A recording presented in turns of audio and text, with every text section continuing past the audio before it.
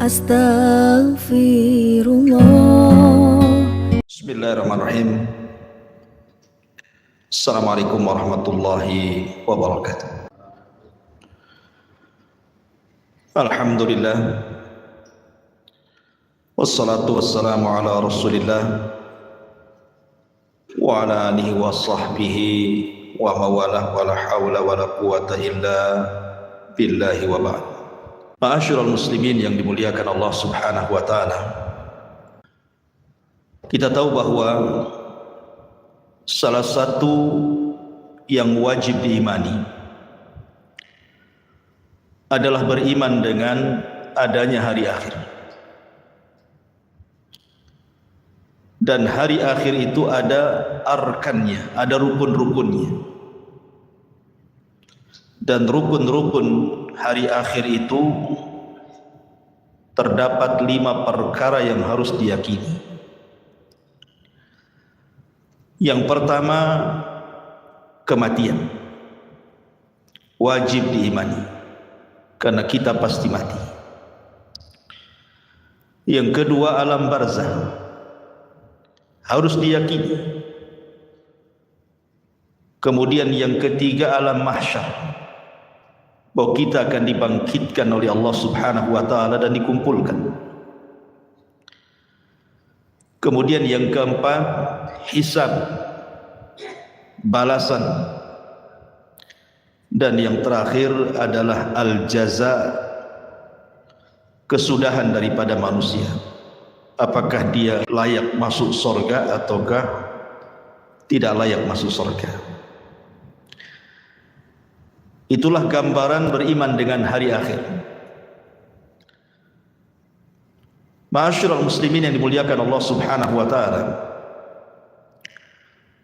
kita tahu bahwa ketika diutusnya Nabi SAW menjadi Nabi dan Rasul,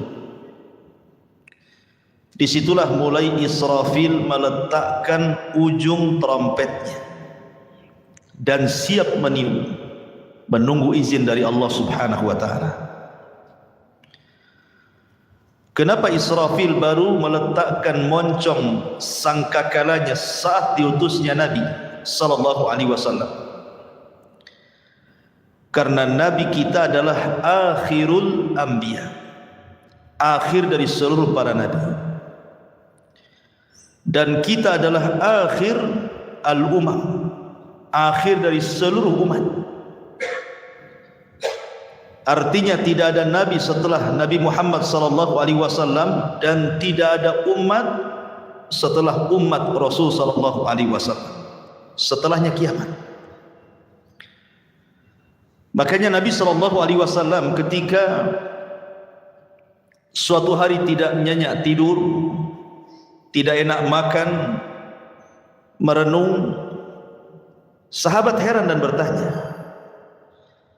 Maka Nabi sallallahu alaihi wasallam menjawab, bagaimana mungkin aku bisa nikmat hidup, nikmat tidur, nikmat makan, nikmat minum dan begitu seterusnya. Faqad iltaqama sahibul qarni qarnan. Sementara malaikat Israfil, pemilik sangkakala itu, siap meniupkan trompetnya. Kapan diizinkan Allah, maka dia akan tiupkan itu. Tetapi keadilan Allah subhanahu wa ta'ala, setiap perkara itu ada muqaddimahnya. Allah subhanahu wa ta'ala tidak langsung mengkiamatkan alam semesta ini, tapi ada muqaddimahnya yang disebut dengan alamat kiamat kubra. Ada alamat-alamat kiamat besar. Tentu sebelumnya ada alamat-alamat kiamat kecil.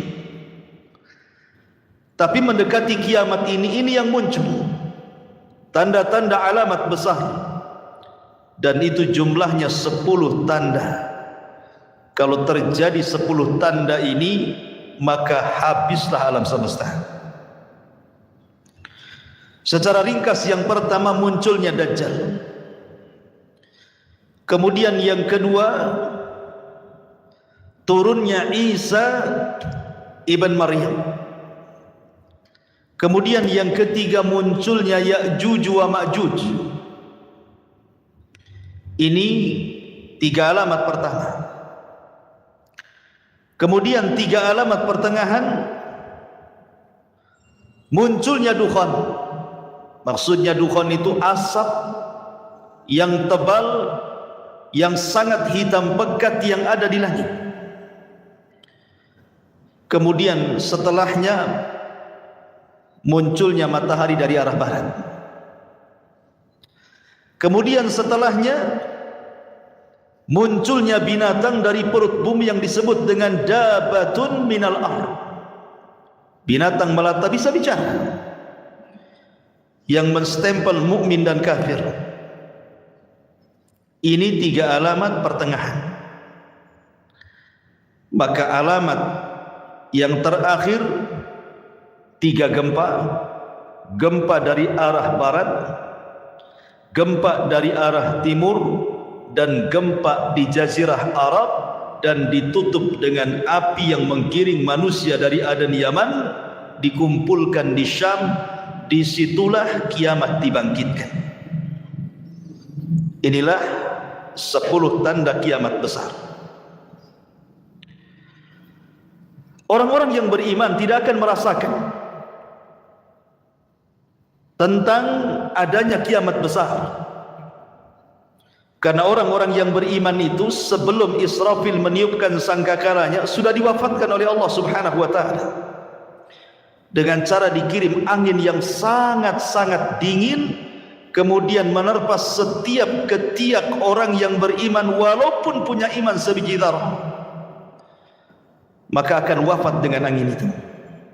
Sehingga tidak ada yang hidup kala itu kecuali orang yang paling jahat, yang paling buruk, yang paling kafir, yang paling syirik kepada Allah Subhanahu wa ta'ala. Nabi SAW bersabda, la taqumus sa'ah illa ala syiraril khalqi. Tidak akan tegak hari kiamat kecuali tegak kepada manusia yang paling buruk yang ada di permukaan bumi.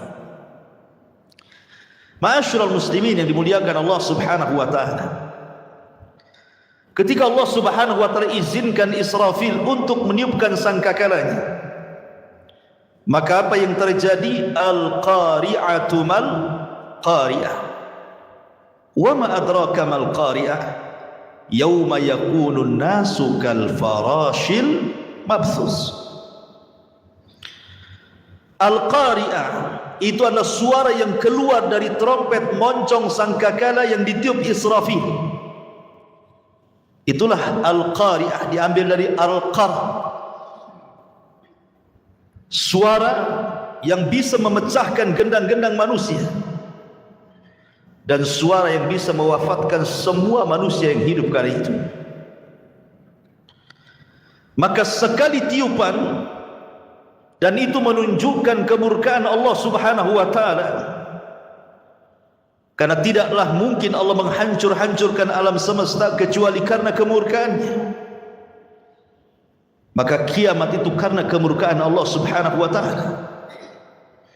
Maka disitulah kita lihat dalam ayat-ayat Al-Quran, di mana wa idzan nujumun tasharat, bintang dijatuh-jatuhkan, wa idzal biharu fujirat, kemudian lautan ditumpah-tumpahkan airnya, kemudian wa idza zulzilatil ardu zilzalaha, kemudian bumi digempa-gempakan. Ma'asyiral muslimin yang dimuliakan Allah Azza wa Jalla, Anda bisa bayangkan ketika terjadi tsunami Aceh, itu hanya sebagian kecil laut yang ngamuk gitu ya, yang marah karena kemarahan Allah Subhanahu wa ta'ala. Dalam hitungan menit bisa menghancurkan bangunan dan melenyapkan banyak nyawa. Itu baru sebagian kecil laut.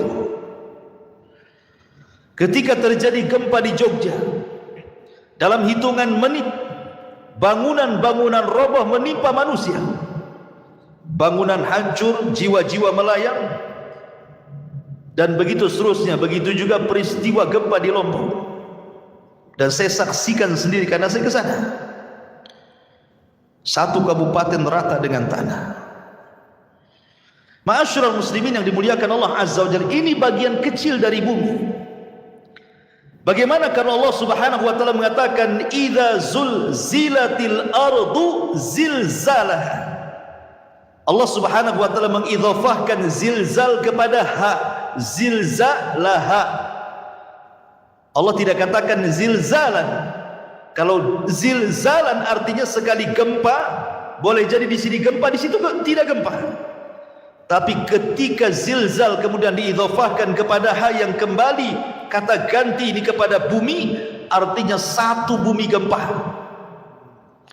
Kalau sudah satu bumi gempa, mau lari kemana? Kalau gempa di Batam bisa lari ke Tanjung Pinang, gempa di Tanjung Pinang bisa lari ke Medan, kan gitu. Tapi kalau di Medan gempa, Tanjung Pinang gempa, Batam gempa, semua daerah gempa, lah mau lari kemana? Maka saat itu tidak ada yang bisa lari, karena di mana-mana gempa. Ya. Ma'asyiral muslimin yang muliakan Allah Subhanahu wa taala, sampai pada waktunya Allah Subhanahu wa taala mewafatkan semua manusia, semua jin, bahkan semua malaikat. Bahkan malaikat maut Allah wafatkan juga. Ketika malaikat maut ditanya, man baki, siapa yang tersisa dari malaikat yang hidup? Kata malaikat maut, tidak ada kecuali abdukal fakir, hambamu yang fakir ini. Maka Allah mengatakan, maut, mati kamu. Sampai malaikat pencabut nyawa pun mati. Ketika itulah Allah Subhanahu wa taala menggulung langit dan mengepal bumi. Dan Allah Subhanahu wa taala berfirman, limanil mulkul yaum, limanil mulkul yaum. Kalian tahu sekarang siapa yang berkuasa? Kalian tahu sekarang siapa yang berkuasa? Tidak ada yang jawab, karena tidak ada yang hidup masalahnya. Tidak manusia, tidak jin, tidak malaikat. Makanya Allah Subhanahu wa taala menjawab sendiri, lillahil wahidil qahar. Kekuasaan itu hanya milik zat yang satu, dialah zat yang maha perkasa lagi kuat, Allah Subhanahu wa taala. Ma'asyiral muslimin yang dimuliakan Allah Subhanahu wa taala, Abi Hurairah radhiyallahu an pernah ditanya tentang jarak tiupan sangkakala pertama dengan sangkakala kedua itu berapa waktunya. Maka Abu Hurairah radhiyallahu an mengatakan 40. Sahabat bertanya, apakah 40 tahun wahai Abu Hurairah? Fa'abaitu, aku enggan menjawabnya. Apakah 40 bulan? Fa'abaitu, aku enggan menjawabnya. Apakah 40 minggu? Fa'abaitu, aku pun enggan menjawabnya.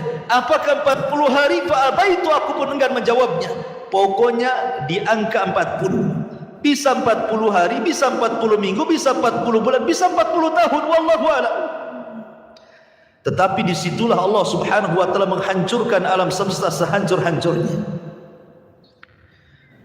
Ketika Allah Subhanahu wa taala menghancurkan sampai bumi yang kita pijak ini Allah hancurkan, Allah berfirman, yauma tubaddalul ardu ghairal ardi. Ketika Allah Subhanahu wa taala ganti bumi yang kita pijak dengan bumi yang lain. Maknanya, ada sebagian ahli tafsir mengatakan maksudnya mengganti bumi dengan bumi yang lain itu zatnya, artinya keseluruhan bumi. Allah hancurkan dulu, baru Allah hamparkan. Ada juga yang mengatakan sifatnya. Tapi yang jelas bahwa bumi yang kita pijak ini menurut pendapat yang kuat wallahu a'lam dalam bentuk bulat, nanti pada hari kiamat sudah tidak bulat lagi, tetapi Allah hamparkan sebagaimana Allah mengatakan wal ardu muddat wa alqat ma fiha wa takhallat. Dan ketika itu bumi dihamparkan dengan bentuk yang sangat putih bersih dan seolah-olah tidak pernah ada orang maksiat di atasnya. Ma'asyiral muslimin yang dimuliakan Allah Subhanahu wa taala, disinilah manusia akan dibangkitkan dengan tiupan sangkakala Israfil yang kedua. Ikhwan, ketika kiamat dibangkitkan, tidak ada satu jasad manusia kecuali Allah hancurkan. Bagaimana Allah Subhanahu wa taala bisa membangkitkan dari jasad yang dihancurkan? Ternyata Allah Subhanahu wa taala tidak menghancurkan semua jasad saat kiamat dibangkitkan. Bahkan dari Adam alaihi salatu wassalam yang dikubur lebih dulu dibandingkan kita dan seluruh anak keturunannya, yang jumlah mereka tidak ada yang tahu kecuali Allah. Berapalah jumlah yang hidup di permukaan bumi sekarang ikhwan dibandingkan orang yang ada di kuburan? Tentu lebih banyak mereka. Mungkin jasad mereka sudah dimakan tanah, tetapi Allah Subhanahu wa taala dengan kuasanya ada satu jasad manusia tidak dihancurkan Allah Subhanahu wa taala. Bagaimanapun caranya. Apa itu? Tulang ekor manusia. Tulang ekor manusia walaupun kecil itu tidak akan dihancurkan walaupun dikiamatkan bumi ini. Kenapa? Karena dari tulang ekor itulah kita dibangkitkan oleh Allah Subhanahu wa taala. Jasad boleh hancur tapi tulang ekor tidak hancur. Jasad boleh hancur tapi roh tidak hancur. Ruh tetap Allah Subhanahu wa taala letakkan di mana? Kalau ruhnya orang-orang yang beriman Allah letakkan fil illiyin, di tempat yang paling mulia, yang paling tinggi. Tapi kalau ruhnya orang kafir diletakkan di tempat yang paling rendah, di dasar bumi yang paling rendah, yang paling dasar. Lah ketika tiupan sangkakala yang kedua, Allah Subhanahu wa taala berfirman, wa akhrajatil ardu athqalaha. Dan kami keluarkan beban-beban isi bumi ke permukaan. Wa alqat ma fiha wa takhallat. Dan kami lempar beban bumi dan semua ada di permukaan bumi. Tentu setelah bumi diganti dengan bumi yang baru. Ini jasad, belum ada ruh. Dan bagaimana Allah Subhanahu wa taala bisa membangkitkan dari tulang ekornya? Dalam hadis yang sahih Allah Subhanahu wa taala mengirimkan hujan karena asal kehidupan itu dari air, dan kami jadikan air itu segala sesuatu bisa hidup kan itu. Wa ja'alnal ma' kulla syai'in hayy. Kami jadikan air itu segala sesuatu hidup. Maka Allah akan hujani itu bumi itu. Ketika setiap tulang ekor tersentuh dengan air hujan tersebut, maka semua terlempar ke permukaan, kemudian Allah ciptakan kembali jasad yang sudah hancur itu. Di situ Allah Subhanahu wa taala katakan, wa idzan nufusu zuwizat. Ketika Allah lesatkan setiap ruh-ruh yang diletakkan di illiyin kalau dia ruhnya mukmin, dan roh-roh yang ada di sijin kalau dia kafir munafik. Dilesatkan semuanya. Subhanallah, tidak ada yang tertukar. Ruh masuk ke jasad-jasadnya yang pernah dia tempati di bumi. Semua akan melesat di situ. Disitulah terjadi dalam akidah ahli sunnah wal jamaah sebagai yaumul ba'thi wan nusyur, hari kebangkitan. Di mana manusia akan dibangkitkan di situ. Bagaimana kondisi mereka dibangkitkan? Allah Subhanahu wa taala menyamakan kebangkitan manusia di padang mahsyar itu dengan dua binatang. Pertama dengan laron, dan yang kedua dengan belalang.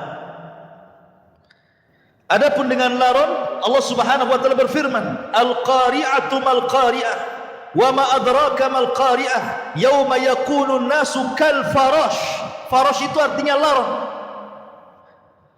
yang berhamburan. Tetapi dalam ayat yang lain Allah mengatakan kal jaradil muntashir, seperti belalang-belalang yang berterbangan. Satunya laron berhamburan, satunya belalang berterbangan. Apa bedanya? Menurut ulama akidah, adapun ketika Allah Subhanahu wa taala menyamakan hari kebangkitan itu manusia seperti laron, itulah permulaan kebangkitan. Di mana ketika manusia bangkit ikhwan, manusia itu tidak tahu harus kemana. Karena padang pasir itu la ma'lama fi, tidak ada tanda sama sekali. Karena tanah itu putih bersih, Tidak ada tanda sama sekali. Ketika di dunia banyak tanda. Ini desa, ini kecamatan, ini ibu kota. Ini gang, ini jalan, ini lorong, dan begitu seterusnya. Ini kota, ini desa, ini hutan. Di dunia ada maklam, ada tanda. Tapi di akhirat tidak ada tanda masalahnya. Anda mau lari kemana? Mau cari rumah siapa? Sementara ketika Allah Subhanahu wa ta'ala ganti bumi itu datar, tidak ada yang meninggi, tidak ada yang merendah, tidak ada gunung, tidak ada bukit, tidak ada lembah, semua datar. Kenapa Allah ciptakan seperti itu? Supaya menampung manusia sejak zaman Adam sampai yang terakhir mati. Kalau sekarang bumi dalam bentuk sekarang dibangkitkan sejak Adam sampai sekarang, mungkin bumi tidak akan cukup. Karena ada tempat-tempat yang tidak layak dihuni, kan gitu. Tetapi ketika bumi didatarkan, tidak ada yang meninggi, tidak ada yang merendah, tidak ada gunung, tidak ada bukit, tidak ada lembah, semua orang bisa bangkit di situ. Ma'asyiral muslimin yang dimuliakan Allah Azza wa Jalla, ketika awal bangkit itulah Allah mengatakan seperti laron. Antum perhatikan laron, apabila ada lampu datang laron. Laron ini kalau terbang tidak ada aturan. Nabrak kawannya, tiba-tiba besoknya sudah sayapnya bertebaran di mana-mana, jatuh sana kemari, kan? Begitulah kondisi laron. Itulah awal kebangkitan. Manusia lari ke sana, lari ke sini, tidak tahu kemana harus dituju. Nabrak sana, nabrak sini. Baru setelah kemudian ada panggilan di satu titik, agar mereka mendekati kepada panggilan yang Allah Azza wa Jal perintahkan malaikat untuk memanggil, barulah mereka tertib mengarah ke satu titik. Itulah yang disebut dengan jaradil muntashir, seperti belalang.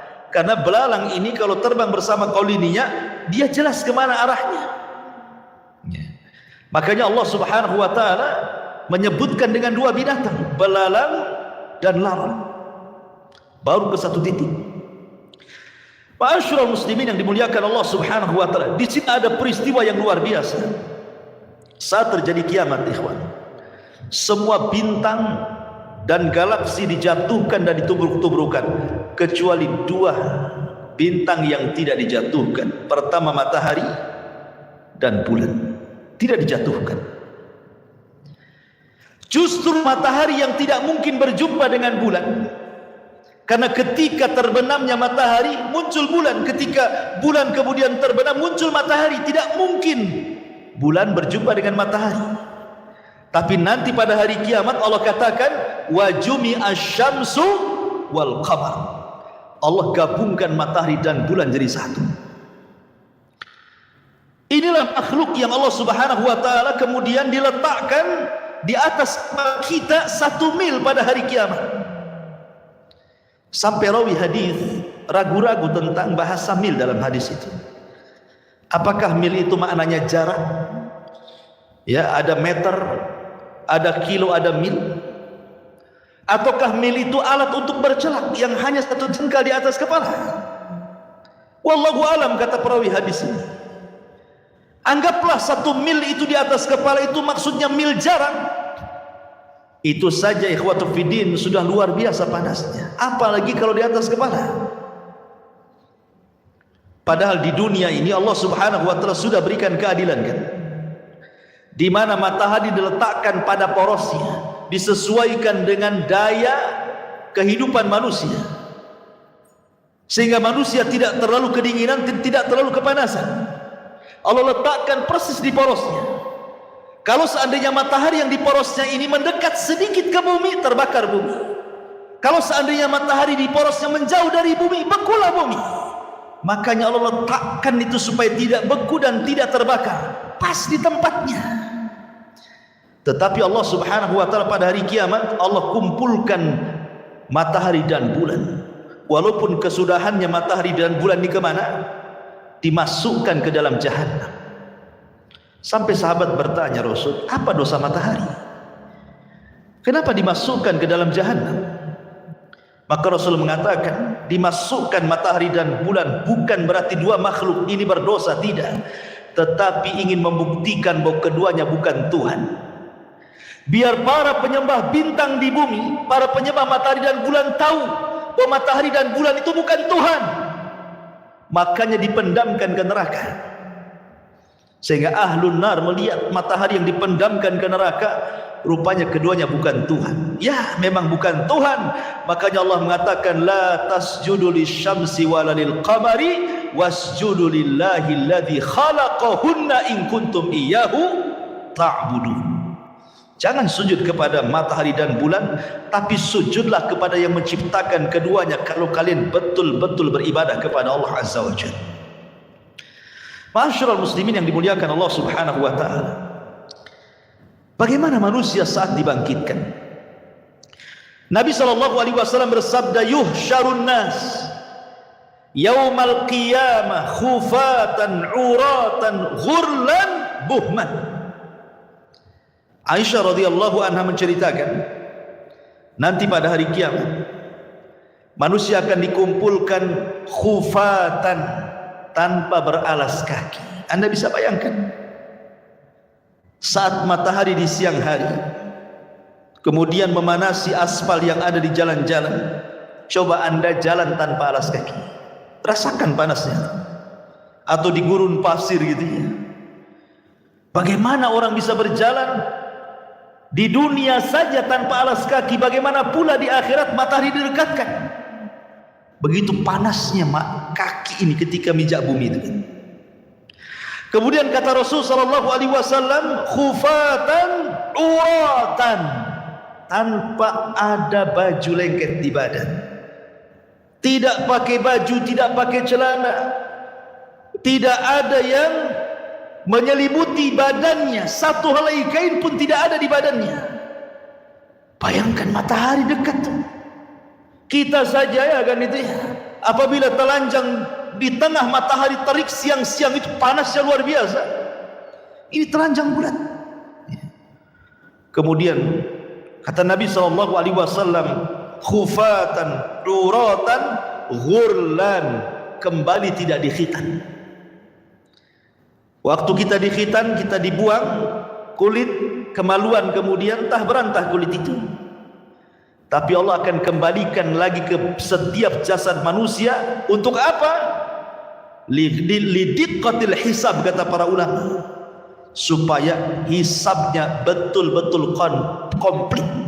Sampai kepada masalah kulit kemaluan pun harus nempel, supaya betul-betul dihisab ya.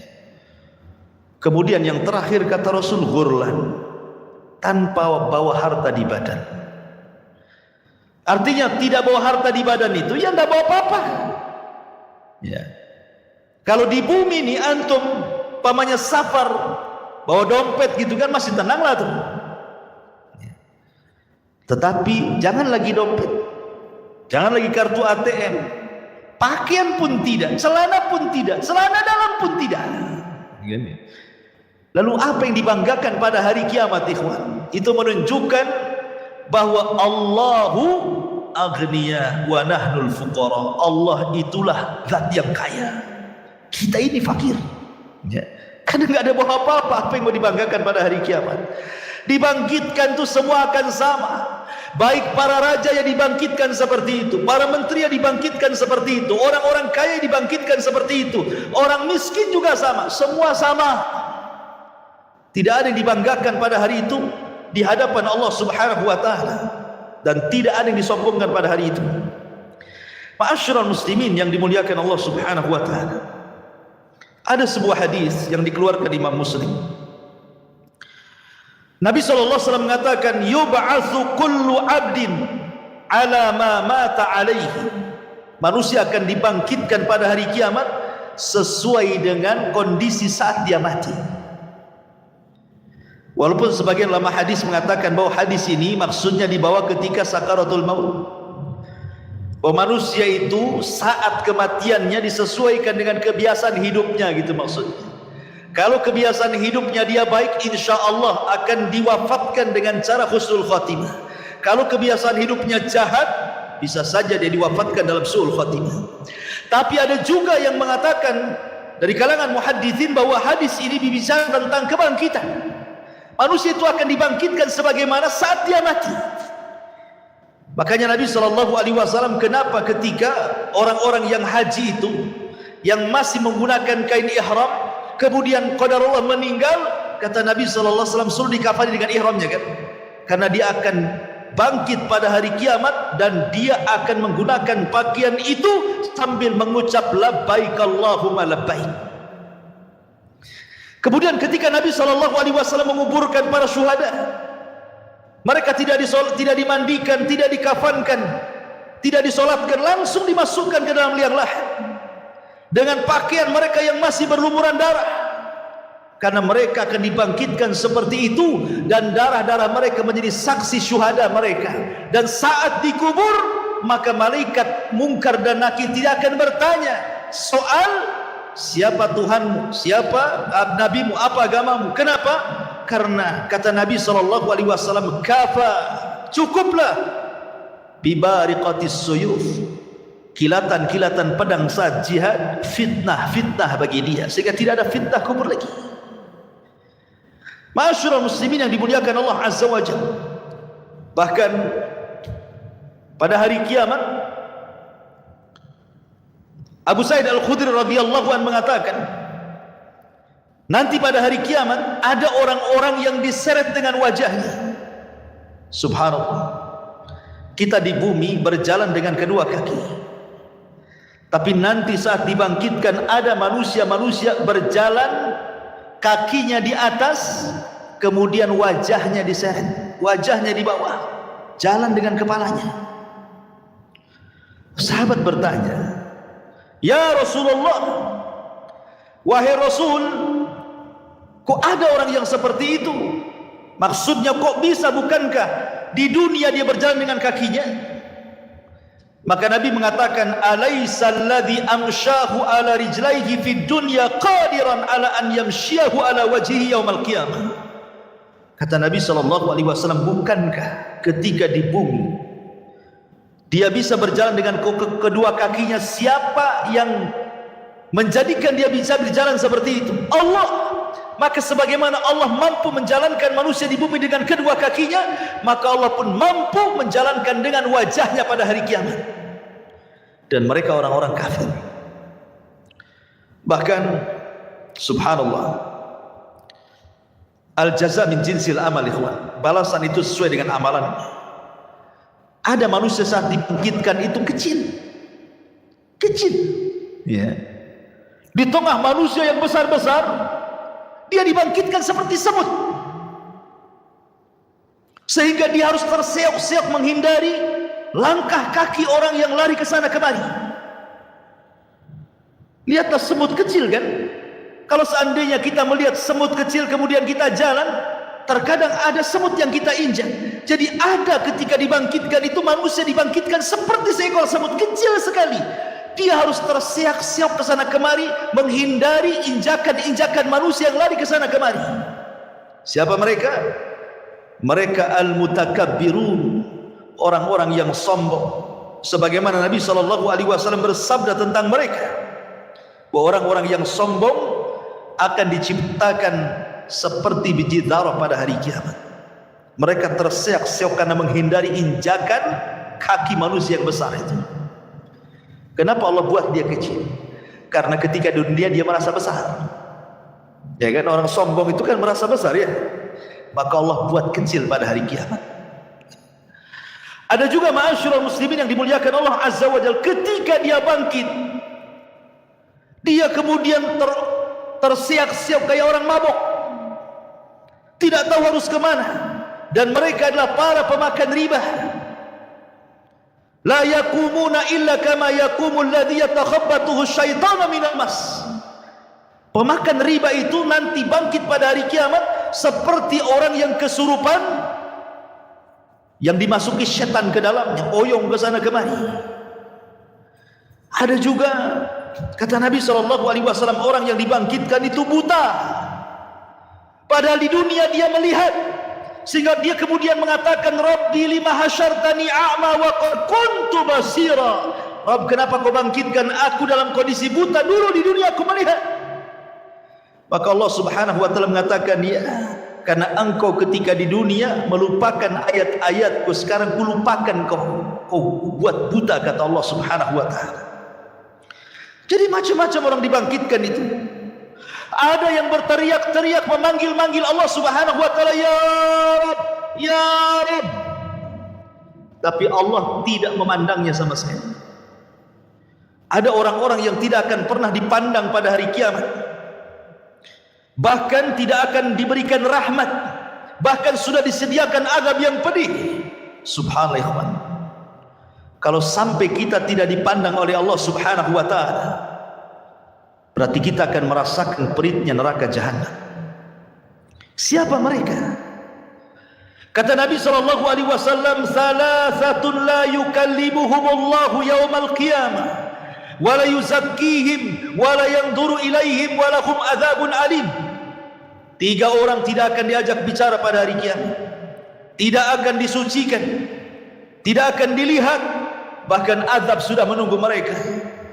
Pertama, syekhun zani, sudah tua tapi suka berzina, menunjukkan akhlaknya buruk. Kemudian yang kedua, malikun kadzab, raja pendusta, penguasa para pendusta, mendustakan rakyatnya.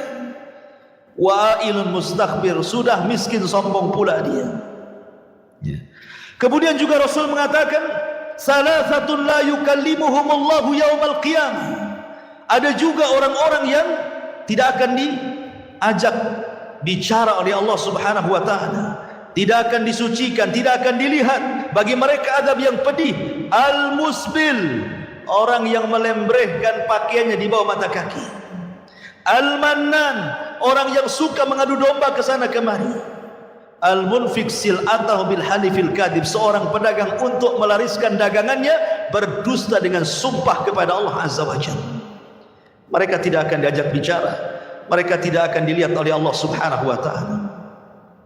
Termasuk juga rajulun ata rajulan au imra'atun fi duburi, atau seseorang laki-laki yang melakukan homoseksual, tidak akan diajak bicara, tidak akan disucikan, tidak akan dilihat oleh Allah. Atau seorang laki-laki yang berhubungan lewat dubur istrinya, tidak akan diajak bicara, tidak akan disucikan, bahkan tidak akan dilihat oleh Allah Subhanahu wa ta'ala. Termasuk juga imra'atun la tashkuru li zawjiha, istri yang tidak pernah bersyukur kepada suaminya. Istri yang tidak pernah bersyukur kepada suaminya, apabila suaminya mendatangkan banyak kebaikan, hanya satu kesalahan, dia mengatakan engkau tidak pernah berbuat baik.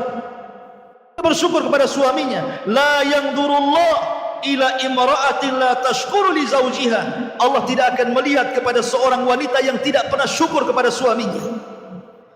Jadi ada orang-orang yang tidak akan dilihat Allah, dia panggil-panggil ya Rabb, ya Rabb, Allah tidak peduli dengan orang itu. Bahaya ikhwan, kalau sampai tidak dilihat oleh Allah Subhanahu wa ta'ala. Lah ketika itu ma'asyiral muslimin, maka Allah Subhanahu wa ta'ala mulai pisah-pisahkan manusia itu. Awalnya kan berkumpul tuh, jadi satu. Sejak zaman Adam sampai yang terakhir mati terkena trompet sangkakala Israfil, dibangkitkan semuanya. Di situ masih kumpul para nabi, para syuhada, para siddiqin, para salihin, orang awamnya, dari mulai zaman Adam sampai yang terakhir, masih satu di padang mahsyar itu. Baru Allah pisah-pisahkan di situ. Apa kata Allah Subhanahu wa ta'ala? Kata Allah Subhanahu wa ta'ala, hei, siapa yang di antara kalian ketika di dunia menjadi para pemimpin yang adil, keluar kalian kemari, berdirilah di bawah arsy Allah Subhanahu wa ta'ala, kalian mendapatkan naungan. Kemudian dia panggil lagi, hei orang-orang yang ketika di dunia hatinya terikat dengan masjid, kemari, keluar dari situ. Di sini kalian mendapatkan naungan dari arsy Allah Subhanahu wa ta'ala. Kemudian dipanggil lagi, hai orang-orang yang ketika di dunia suka berinfak sampai tangan kirinya tidak tahu diinfakkan tangan kanannya, sedekahus sir. Kemari, keluar. Kamu harus bergabung di sini. Kau mendapatkan naungan arsy Allah Subhanahu wa taala. Kemudian juga dipanggil yang lainnya, wahai anak muda yang ketika di dunia menjaga kehormatannya, tidak mau berzina karena takut kepada Allah, keluar, gabung di sana. Di sana kau mendapatkan naungan arsy Allah Subhanahu wa taala. Termasuk kalian yang saling mencinta karena Allah, membenci karena Allah, keluar, gabunglah kau di situ. Itulah yang disabdakan Nabi sallallahu alaihi wasallam, sab'atun yudhilluhumullahu fi dhillihi yauma la dhilla illa dhilluh. 7 orang yang akan mendapatkan naungan di hari yang tidak ada naungan kecuali naungan Allah Subhanahu wa taala. Mereka akan dikeluarkan, ya, akan dikelompokkan sesuai dengan amalan mereka, gitu maksudnya. Termasuk ahli sedekah, karena sedekah itu as-sadaqatu, bahwa sedekah itu akan mendapatkan naungan pada hari kiamat. Ma'asyiral muslimin yang dimuliakan Allah Subhanahu wa taala, lalu berapa waktu mereka harus tinggal di padang mahsyar itu? Ulama mengatakan bahwa mereka akan tinggal di padang mahsyar itu 50 alf sana, 50.000 tahun. Tentu 50.000 tahun ini berlaku kepada orang-orang kafir, berlaku kepada orang-orang munafik dan orang-orang mujrim. Tapi orang-orang yang beriman tidak. Hisab mereka cepat. Kenapa? Karena usianya juga pendek. Kata Nabi SAW, a'maru ummati baina sittina wa sab'in. Usia umatku itu berkisar 60 sampai 70 tahun saja. Karena usianya pendek, hisabnya pun cepat. Tapi kalau umat dulu kan usianya lama-lama, sehingga hisabnya juga lama. Makanya orang-orang yang beriman, mereka akan tinggal di padang mahsyar itu cuman setengah hari. Tapi setengah harinya kehidupan akhirat.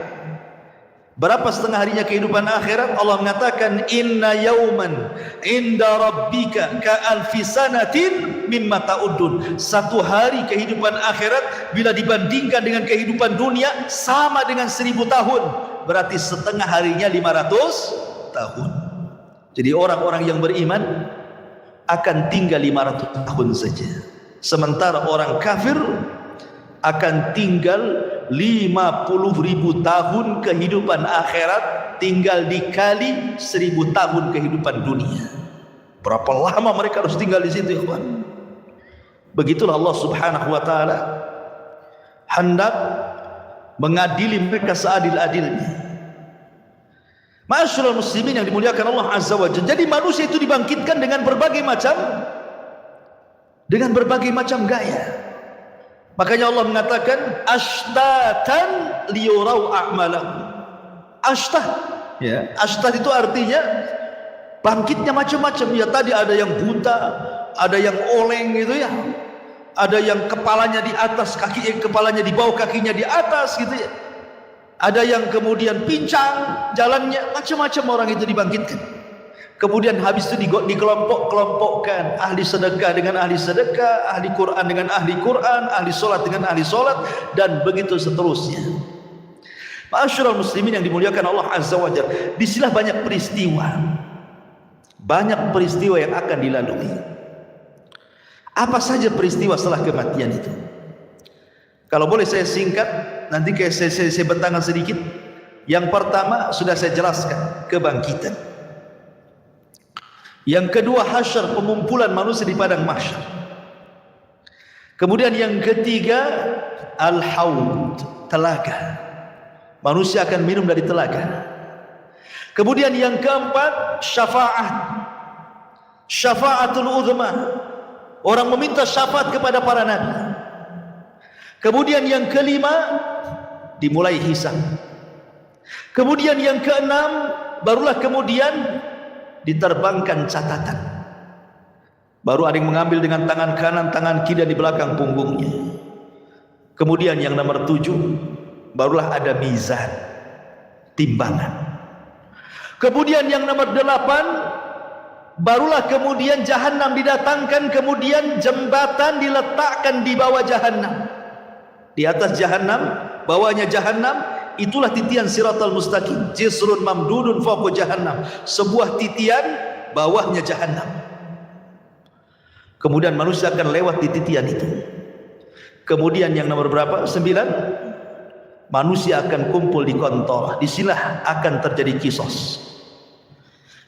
Tapi kisosnya sesama orang yang beriman. Tapi kalau kisosnya sesama orang kafir sebelum titian siratal mustaqim. Baru setelah di kontor, barulah mereka akan berjubel di pintu-pintu surga. Baru setelah itu tidak ada yang bisa membuka pintu surga kecuali Nabi SAW. Baik, kita urai sedikit. Tadi sudah jelaskan, yang pertama hari kebangkitan, manusia dibangkitkan, kemudian dikumpulkan. Ketika manusia tertidur dan cukup lama, kemudian terbangun, pasti yang Anda rasakan akan merasakan haus yang luar biasa. Iya kan? Kalau tidur lama gitu kan, bangun pasti pengen minum. Seperti Anda juga pengen minum. Itu ya. Bismillah, minum dulu. Masya Allah. Jadi ketika mereka kehausan ini, maka mereka mencari air. Setiap para nabi Allah Subhanahu wa taala sudah berikan telaga. Likullin nabi haudun. Setiap nabi diberikan telaga. Dan telaga yang paling besarlah telaga Nabi kita Muhammad sallallahu alaihi wasallam. Maka umat Rasul sudah diarahkan ke masing-masing nabinya. Termasuk kita umat Islam diarahkan kepada telaga nabi kita. Telaganya sangat besar. Airnya putih, lebih putih dibandingkan susu, kata Rasul. Lebih manis dibandingkan madu. Dan satu kali minuman tidak akan haus selamanya. Dan tidak akan rebutan karena gelasnya sejumlah bintang yang ada di langit, kata Nabi. Dan orang yang pertama dibolehkan minum, merekalah orang-orang Ansar dari kalangan sahabat Nabi SAW. Lah kenapa tidak Muhajirin? Bukankah Muhajirin adalah as-sabiqun al-awwalun? Mereka lah yang awal-awal masuk Islam, baru kemudian Ansar, kan itu. Kenapa di akhirat orang yang pertama minum orang Ansar dulu baru Muhajirin? Terbalik? Ya. Karena orang Ansar diberikan kesabaran ketika di dunia. Mereka tidak pernah mencicipi kekuasaan. Khulafaur Rasyidin semua dari Muhajirin. Abu Bakar Muhajirin, Umar Muhajirin, Uthman Muhajirin, Ali Muhajirin, Hasan bin Ali Muhajirin. Ganti ke kekuasaan kerajaan. Raja yang pertama Muawiyah ibn Abi Sufyan Muhajirin. Runtuhnya Bani Umayyah, berdiri Bani Abbasiyah, semua dari Mekah Muhajirin. Semua kekuasaan itu dari Muhajirin. Orang Ansar itu tidak pernah jadi raja, mereka jadi rakyat. Makanya kata Nabi SAW, sabarlah kalian, kalian akan mendapatkan nanti raja-raja yang zalim. Boleh jadi mungkin yang menguasai kalian itu raja-raja zalim, tapi kesabaran kalian akan mendapatkan hasil sampai kalian menemui aku di mana? Di telagaku, kata Nabi. Makanya mereka orang yang pertama minum, orang-orang Ansar atau penduduk Yaman yang awal-awal masuk Islam, baik dari kalangan manusia atau kalangan jinnya. Ya. Baru setelah itu Muhajirin, baru setelah itu para ulama, baru setelah itu umumnya umat Rasul, sampai yang terakhir datang sekelompok umat Rasul hendak minum. Tiba-tiba dihalau para malaikat, tidak boleh. Nabi SAW kasihan dan mengatakan, ummati itu umatku, biarkan wahai malaikat, biar dia minum. Tapi kemudian Rasul diberitakan bahwa mereka tidak layak minum. Kenapa? Ya Muhammad, innaka la tadri ma ahdatsu ba'daka, innahum ghayyaru wa baddalu. Wahai Muhammad, engkau tidak tahu apa yang terjadi sepeninggalmu. Mereka itu sudah merubah ajaran-ajaranmu. Mereka itu sudah menjauhi sunnah-sunnahmu. Mereka tidak layak minum dari telagamu. Makanya ulama mengatakan orang yang tidak akan minum dari telaga Rasul, pertama orang murtad, tidak akan minum. Yang kedua orang munafik, tidak akan minum. Yang ketiga orang yang mereka selalu menyelisih sunnah Rasul dari kalangan ahli bidah. Kemudian yang keempat para murtakib al-kabair, orang-orang yang senantiasa terus melakukan dosa besar. Mereka tidak layak minum dari telaga Nabi sallallahu alaihi wasallam. Ya. Padahal ikhwan, meminum dari telaga Rasul itulah yang menentukan nasib kita saat di padang mahsyar. Karena ketika matahari didekatkan kita merasa haus. Sementara Rasul mengatakan siapa yang meminum satu teguk saja dia tidak akan haus selamanya, kan? Artinya bisa meringankan beban saat matahari didekatkan sebenarnya. Baru setelah kemudian mereka minum, ada yang tidak, kemudian mereka berkumpul lagi di padang mahsyar, dibiarkan oleh Allah Subhanahu wa taala.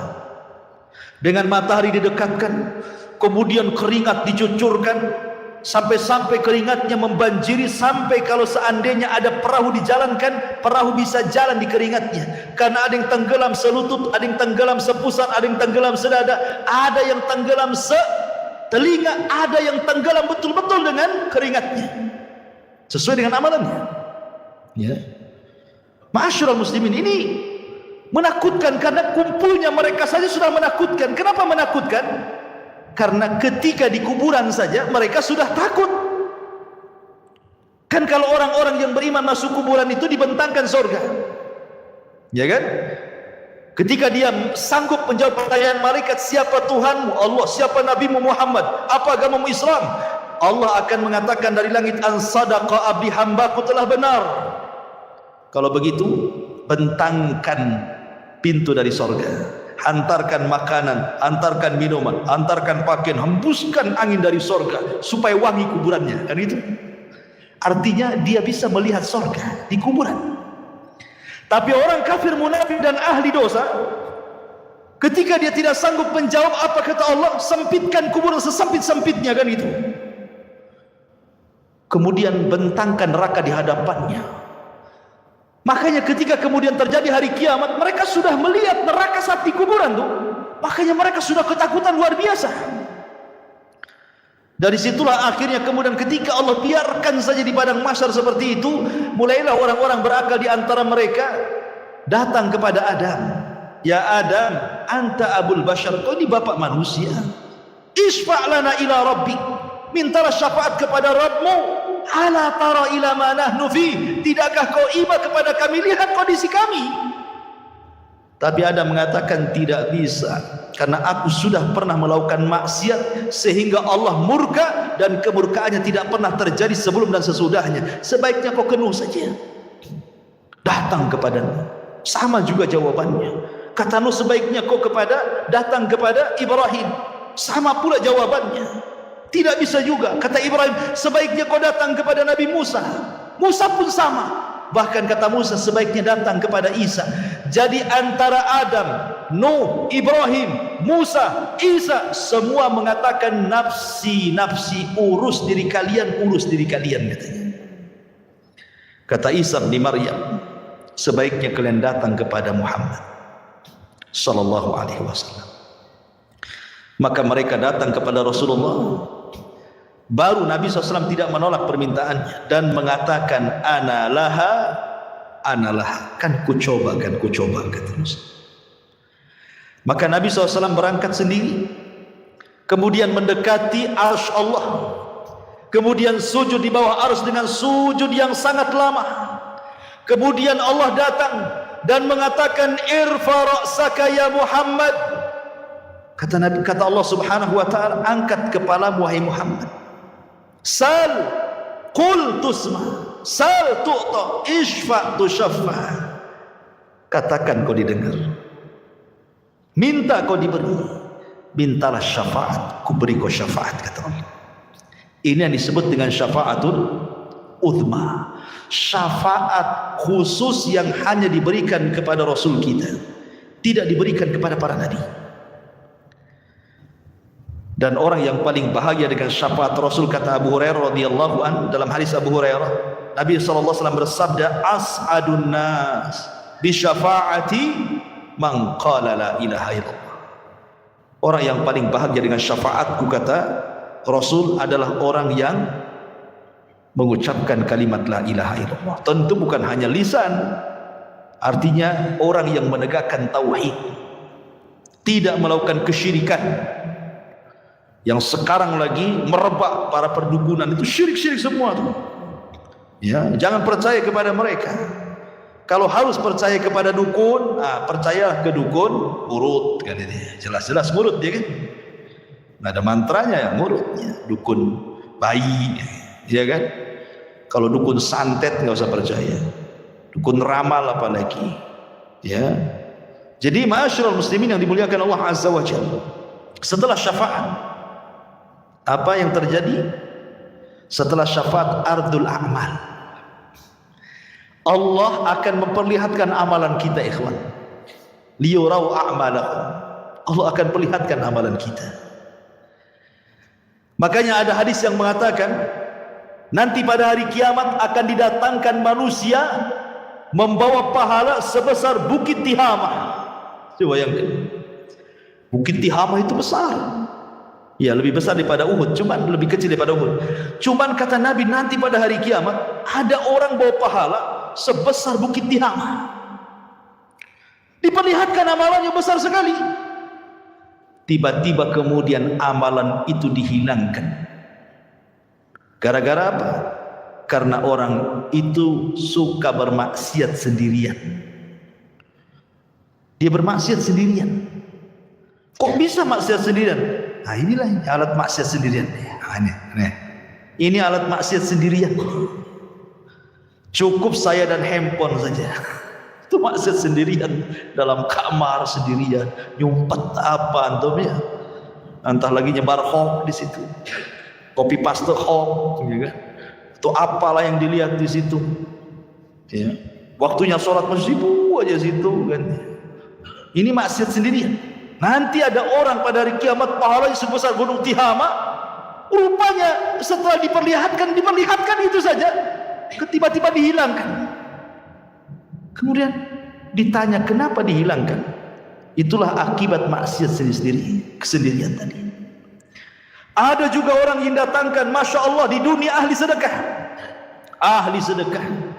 Ada masjid perlu bangunan disumbang dia, ada madrasah perlu uang disumbang dia, ada fakir miskin butuh biaya disumbang dia. Tidak ada tempat kecuali sumbang dia. Dipanggil oleh Allah, diperlihatkan amalan dia di dunia, dibuat layar tancap, seolah-olah dia diingatkan, tuh kamu tuh waktu di dunia itu, tuh kamu bawa uang ke masjid ini, kau bawa uang ke masjid itu, kau bawa uang ke panti asuhan ini. Diperlihatkan amalannya di dunia. Kemudian Allah mengatakan, betul itu kamu tuh yang jalan ke sana kemari? Oh iya, dengan bangganya. Itu saya, wahai Allah. Ya. Kemudian Allah mengatakan, untuk apa kau amalkan itu? Maka dia mengatakan, saya bersedekah untukmu ya Rabb. Kata Allah, kadzabta, dusta kamu. Kadzabta, dusta kamu. Engkau bersedekah itu supaya engkau dianggap dermawan. Engkau bersedekah itu supaya engkau dianggap pemurah. Engkau bersedekah itu supaya dipuji manusia. Kadzabta, dusta kamu. Akhirnya malaikat bawa ini seret ke neraka. Didatangkan lagi para mujahidin. Kemudian diperlihatkan bagaimana saat jihad dia banyak membunuh musuh, akhirnya dia mati syahid. Diperlihatkan sama Allah itu, betul kamu itu? Oh iya, itu saya, wahai Rabb. Apa yang melakukan? Ustushhidu fik, aku mati syahid karenamu ya Rabb. Kata Allah, kadzabta, dusta. Itu bukan. Kau ini perang hanya supaya orang menganggap kau pahlawan saja, kau pemberani supaya dikenang orang. Tidak. Kadzabta, dusta kamu. Seret, masukkan dia ke neraka. Didatangkan lagi orang pakar Quran, alim bil Quran. Sehari-harinya dia baca Quran, dia ajarkan Al-Quran, dia baca Quran, dia tegak kepada Allah dengan Al-Quran. Diperlihatkan, betul kamu itu yang semalaman salat dengan membaca Al-Quran? Oh iya, itu saya, wahai Rabb, katanya.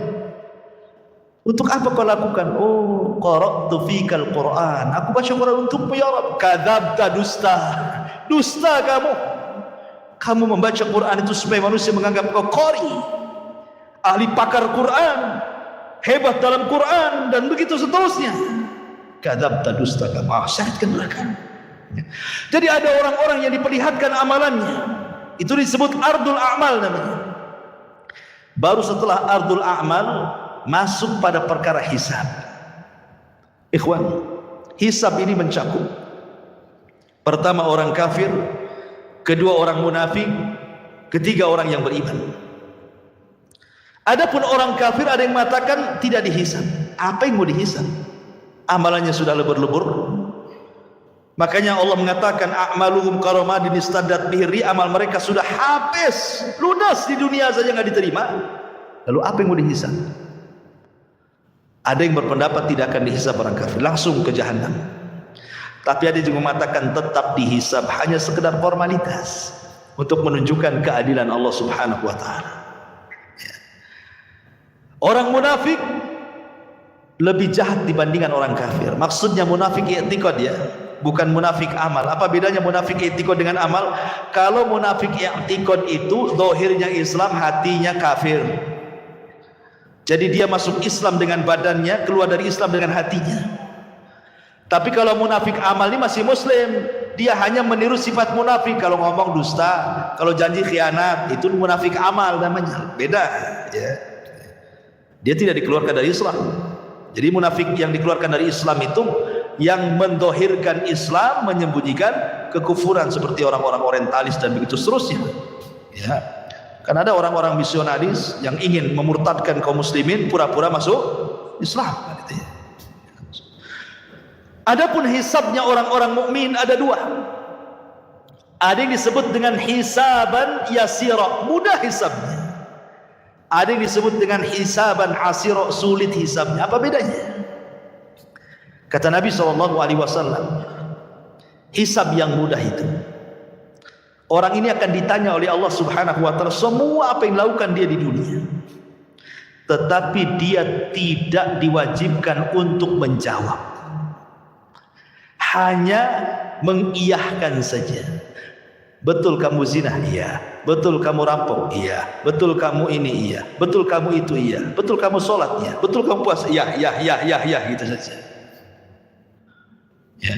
Habis itu Allah tutupi aibnya dan Allah ampuni dosanya. Itu hisab yasir, mudah. Tapi hisabnya ada yang sulit. Bagaimana caranya? Ketika dia tanya soal amalannya, dia bantah. Dia membantah Allah. Kamu judi? Enggak. Itu bantah namanya. Korupsi? Enggak. Jadi sehingga harus datangkan saksi. Kata Nabi SAW, manukisha udzib. Siapa yang ketika dihisab ada bantah-bantahan, maka akan diazab orang ini ya. Itulah yang disebut hisaban asir, hisab yang sulit. Kalau dia sampai bantah-bantahan, berarti dia mendapatkan hisab yang sulit. Tapi kalau tidak ada bantah-bantahan, dia hanya sekedar ikrar, menetapkan apa yang ia lakukan saja, habis itu Allah tutup dan Allah ampuni, berarti dia mudah hisabnya ya. Itulah yang disebut dengan hisab mudah dan hisab sulit. Lah setelah kemudian manusia dihisab, baru terjadi tatayur suhuf. Suhuf diterbangkan, disuruh kita mengambil catatan kita masing-masing. Orang-orang yang beriman dengan bangganya dia mengambil dengan tangan kanannya. Kemudian dia mengatakan kepada manusia, "Iqra kitabak," lihat bukuku, baca katanya. Dia sudah tahu isinya apa. Tetapi orang-orang kafir, dia ambil dengan tangan kirinya dan dia mengatakan, "Duhai kiranya aku tidak pernah punya catatan seperti ini." Datang orang munafik, diambil lagi dari belakang punggung dengan tangan kirinya lagi ya. Baru setelah itu terjadi mizan, timbangan. Apa yang ditimbang? Badannya, amalannya, dan catatan yang dibawanya. Faman thaqulat mawazinu fahuwa fi 'ishatir radiyah. Kalau berat timbangan kebaikannya, dia akan mendapatkan kehidupan yang diridhoi oleh Allah. Faman khaffat mawazinu fa ummuhu hawiyah wa ma adraka ma hiya narun hamiyah. Tapi yang kemudian khaffat, ringan kebaikannya, berat pula keburukannya, maka dia masuk ke neraka hawiyah. Ya. Ma'asyiral muslimin yang dimuliakan Allah Subhanahu wa taala. Baru setelah proses mizan timbangan, baru kemudian Allah Subhanahu wa taala akan datangkan apa? Jahannam. Allah mengatakan waji'a bi jahannam. Pada hari itu akan didatangkan neraka jahannam.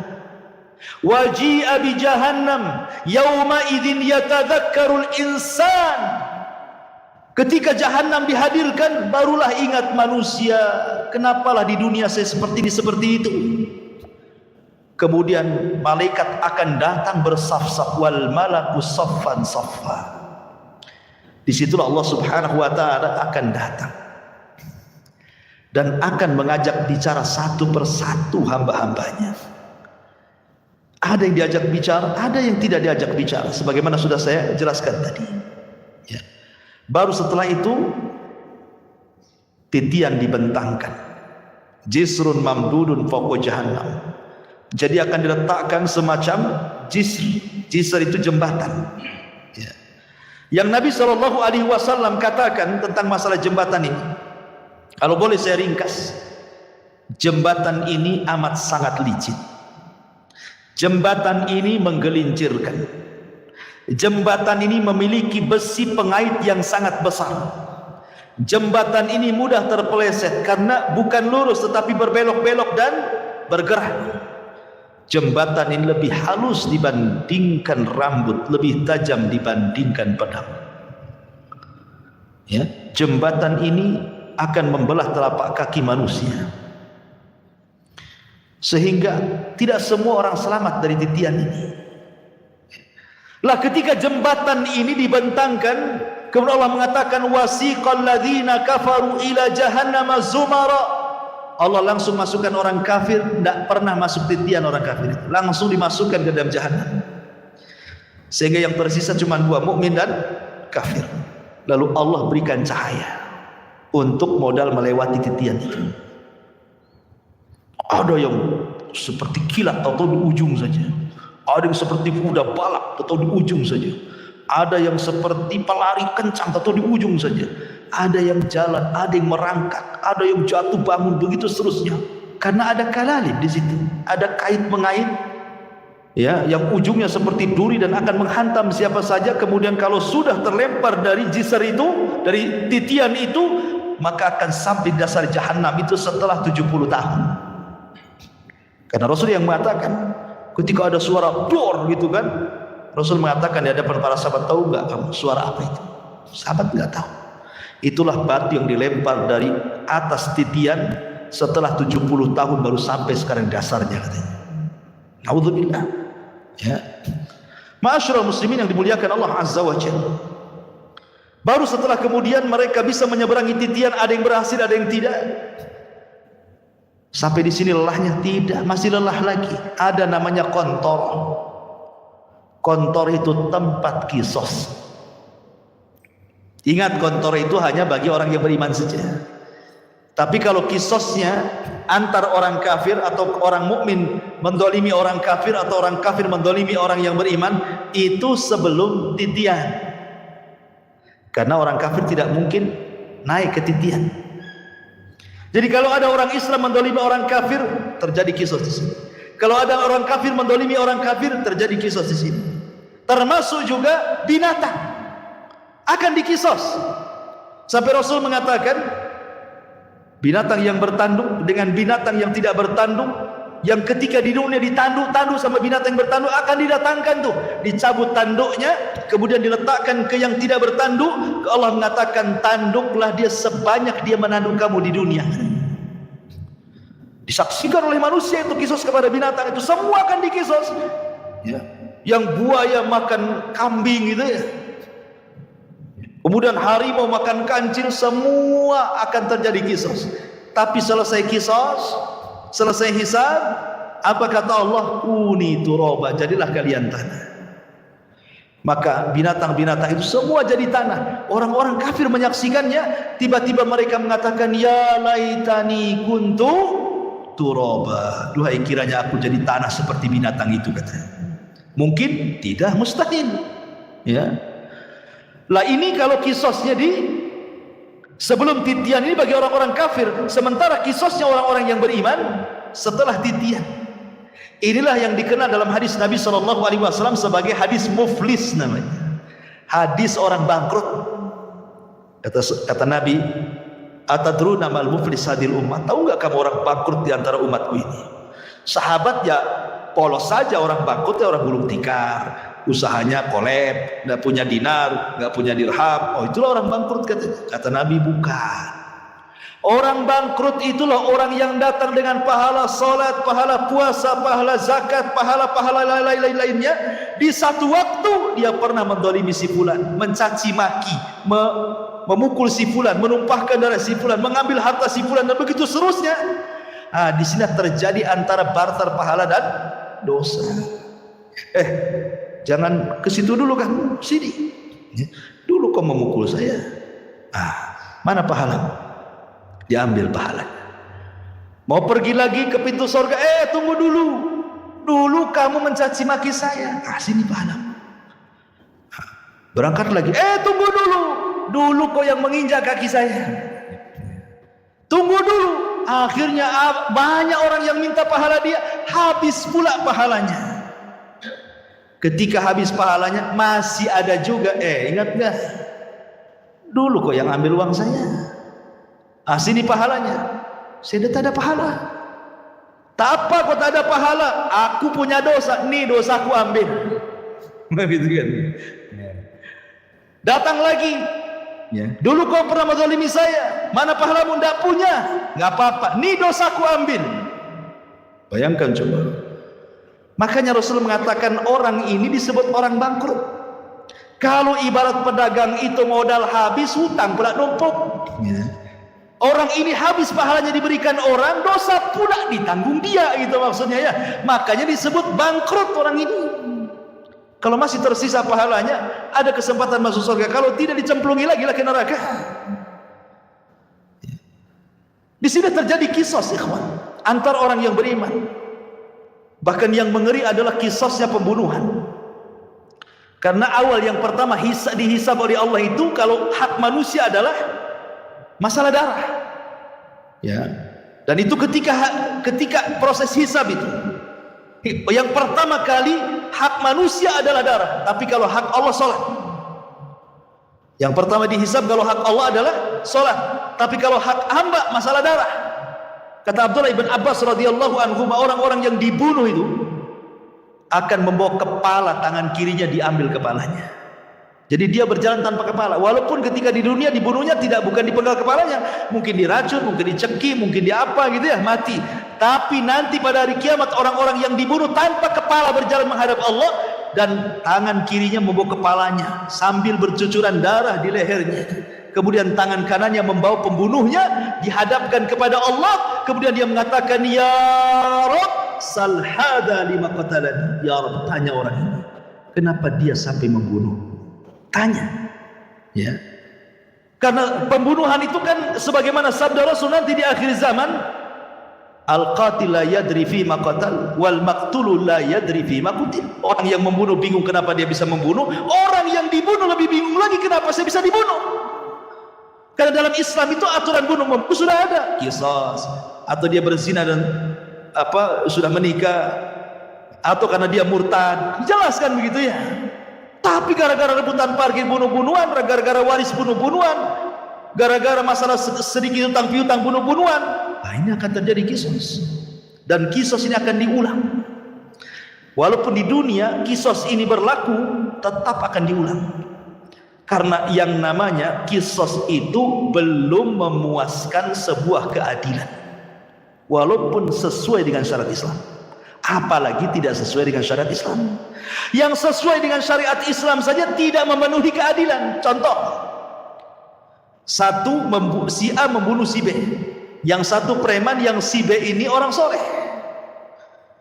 Si B ini dia penopang keluarganya, yang satu ini preman. Dibunuhlah orang baik ini. Kemudian datang ke mahkamah Islam, diponis kisos, dibunuh premannya. Akhirnya sama-sama mati kan.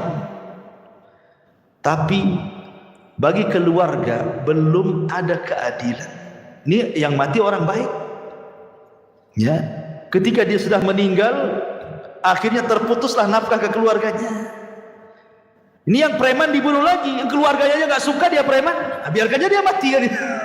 Jadi belum memenuhi keadilan kan hati kita ini, maka di akhirat diulang lagi supaya memenuhi keadilan. Makanya ketika masuk surga kata Ibnu Utsaimin rahimahullahu taala, wa naza'na ma fi sudurihim min ghillin ikhwana, tidak ada lagi dendam, tidak ada lagi marah, ya, tidak ada lagi dendam kesumat, betul-betul dihilangkan dalam hatinya. Karena sudah ada kisah 2 kali kan, ingin menghilangkan dendam kesumatnya. Ketika masuk surga semua jadi satu hati, ya. Jadi terjadi kisah itu kembali ke kontora. Nah, setelah kontora itulah adalah pintu-pintu surga. Disitulah manusia berjubel di pintu-pintu surga. Kata Rasul, sayati alaikum zaman kadidu minaz ziham, akan datang waktunya manusia berdesak-desakan di pintu surga. Tidak ada yang bisa membuka pintu surga. Sampai pun Adam tidak bisa buka pintu surga kecuali Nabi kita Muhammad SAW. Ana awal man aftatihu babal jannah. Saya orang yang pertama kali membuka pintu surga. Ketika Rasul buka pintu surga, tiba-tiba ada wanita mau mendahului masuk ke dalam surga, ya. Ada perempuan lari mau mendahului Nabi masuk surga. Kata Rasul, tunggu dulu, siapa kamu? Maka wanita dia mengatakan, saya wanita yang merawat banyak anak yatim. Ya, dari sini kata para lihat bagaimana para pengkafil yatim berdua sama masuk ke dalam surga. Itulah yang dinamakan ana wa kafilul yatim fil jannati kahataini. Aku dan para perawat anak yatim itu seperti ini di surga, kata Nabi. Ya kan? Tetapi yang jelas bahwa di sini Rasul yang pertama kali masuk surga ya bukan wanita ini. Cuma dia mau bersama Nabi, mau mendahului Nabi, cuma di stop kan gitu ya. Bagaimanapun yang pertama membuka pintu surga Rasul, yang pertama masuk ke dalam surga pun Nabi sallallahu alaihi wasallam. Adapun kehidupan di surga tentu kehidupan yang luar biasa, karena bagaimanapun Rasul yang mengatakan a'dadtu li ibadis salihin ma la ainun ra'at wa la udhunun sami'at wa la khatara ala qalbi bashar, gitu ya. Aku siapkan di surga itu kenikmatan yang tidak pernah dilihat mata, didengar telinga, terlintas pun tidak. Subhanallah, ya. Ma'asyiral muslimin yang dimuliakan Allah Subhanahu wa taala. Lah, surga itu bertingkat-tingkat. Ada sebuah hadis ketika menjelaskan tentang keutamaan qari'ul Quran, para penghafal Quran atau para penggemar membaca Quran. Kata Nabi sallallahu alaihi wasallam, ini di surga nih. Iqra wartaq warattil kama kunta turattil fid dunya. Fa inna manzilataka inda akhiri ayatin taqra'uha. Kata Rasul menjelaskan nanti di surga Allah akan memerintahkan para penghafal Quran atau orang-orang yang gemar membaca Quran, bacalah. Subhanallah, Quran ini bukan hanya dibaca di dunia, di surga pun dibaca, ya. Bacalah, naiklah, karena nanti ahli surga itu akan diberikan rop-rop sayap di belakangnya untuk naik ke tingkatan-tingkatan di atas. Naiklah, terbanglah, ya. Dan pelankan bacaanmu, tartilkan bacaanmu sebagaimana kau di dunia mentartilkan bacaan Quran, di surga pun kau tartilkan. Nanti akhir kedudukanmu di surga sesuai dengan akhir ayat yang kau baca di dunia, kata Nabi. Kata Ibnu Taimiyah, Syekhul Islam Ibnu Taimiyah ketika memberikan catatan kepada hadis ini bahwa tingkatan di surga itu sejumlah ayat dalam Al-Quran. Berapa ayat dalam Al-Quran itu? 6.500 kurang lebih. Itu jumlah ayat dalam Quran itu 6.500 kurang lebih. Artinya tingkatan di surga itu ya segitulah jumlahnya, 6.500 kurang lebih. Yang 100 tingkatan disediakan oleh Allah untuk para mujahidin fisabilillah, lebihnya sesuai dengan amalannya. Berarti di sini menunjukkan bahwa surga itu banyak, 650 lebih, 6.500 tingkatan lebih. Sementara satu sorga itu luasnya selangit dan di sebumi, dan satu tingkatan ke tingkatan berikutnya itu perjalanan 500 tahun. Semakin tinggi sorga, semakin indah tingkatannya. Karena sorga itu sifatnya darajat tangga ke atas. Kalau neraka itu sifatnya darokat, tangga ke bawah makin jelek. Kalau sorga ke atas makin baik, gitu maksudnya. Makanya orang naik lebih lelah dibandingkan orang terjun. Coba lu terjun, tinggal jegur aja kan. Naik, capek sampai ke atas. Makanya ke sorga itu perlu tenaga, perlu lelah, perlu letih. Ke neraka tidak perlu. Tinggal jegur aja antum ke situ. Jadilah antum penduduk neraka. Nggak perlu antum beli, nggak perlu antum bayar, nggak perlu pakai uang. Dan tidak perlu sekolah. Orang maksiat itu tidak perlu sekolah. Kalau ibadah itu perlu sekolah karena ada ilmunya. Sholat aja ada ilmunya. Gimana takbiratul ihram, apa yang mau dibaca? Maksiat tidak perlu sekolah, tidak perlu S2 maksiat itu. Tamat TK aja bisa maksiat. Makanya tidak lelah orang masuk neraka itu, tapi enak. Itulah makanya ikhwatul fiddin, kenapa sorga itu dibaluti dengan makari, hal-hal yang tidak suka. Sementara neraka itu dibaluti oleh syahwat, hal-hal yang orang suka masuk ke situ. Ya. Lah surga yang bertingkat-tingkat ini Allah Subhanahu wa taala berikan kepada siapa? Orang-orang yang masuk ke dalam surga sesuai dengan tingkatannya. Bahkan di surga itu minimal satu orang itu mendapatkan 2 istana. Paling sedikit orang yang masuk surga itu dapat 2 istana. Dapat 2 istana. Kalau seandainya di dunia antum dapat 2 rumah di Sukajadi yang paling dalam, yang paling mewah itu, wah udah senang sekali. Tapi sayang rumah di Sukajadi nggak seberapa dibandingkan rumah di surga. Cuman karena nggak kelihatan, makanya malas untuk bangun rumah di surga. Maunya di dunia saja karena nampak gitu ya. Lah jadi paling sedikit orang masuk surga itu, setiap orang mukmin masuk surga minimalnya 2 istana Allah berikan. Kenapa? 1 istana solid milik dia, 1 istana itu milik orang kafir yang masuk neraka, diwariskan kepada orang yang beriman. Tilkumul jannah uristumuha, itulah surga yang diwariskan kepada kamu. Jadi minimalnya 2. Dan Allah mengatakan waliman khafa maqama rabbihi jannatan, bagi yang takut kepada Rabbnya maka dia Allah berikan 2 surga. Tapi kita bisa lebih daripada hanya 2 istana. Bahkan setiap hari antum bisa menambah istana itu dengan mudah. Kata Rasul, barang siapa yang membaca qul huwallahu ahad Allahus samad lam yalid walam yulad walam yakul lahu kufuwan ahad 10 kali dalam sehari semalam, banallahu lahu baitan fil jannah. Allah akan bangunkan antum istana di surga tanpa modal. Cukup baca qul hu 10 kali. Modal? Tidak. Modal ngomong saja. Kalau antum bangun rumah, sak jelek-jelekan di kos-kosan, keluar uang pondasi, uang bata, uang batu, uang semen, uang spandek, uang keramik, macam-macam. Cukup kulhu 10 kali jadi itu istana di surga. Tapi baca kulhu aja malas, ya kan? Karena nggak nampak masalahnya. Coba kalau seandainya saya kasih rumah antum, nggak usah di Sukajadi, tiban kampung 1. Tapi kulhunya jangan 10, 5.000. Oh, langsung pada daftar biasanya. Siap Ustaz, 5.000 kulhu, baca kulhu. Yang penting dapat rumah saya. Itu di dunia ya kan. 5.000 kulhu dia baca loh. Ini tidak perlu 5.000 kulhu, 10 saja dapat loh di surga. Tidak mau baca juga. La haula wala quwwata illa billah. Jadi itulah memang namanya keimanan kepada yang gaib, itu memang perlu keyakinan. Makanya kenapa dalam awal surah Al-Baqarah itu ciri orang yang bertakwa itu yang pertama kali beriman dengan gaib. Yang gaib itu harus diimani. Sebab kalau tidak beriman yang gaib, ya tadi akhirnya nggak yakin dengan sorga.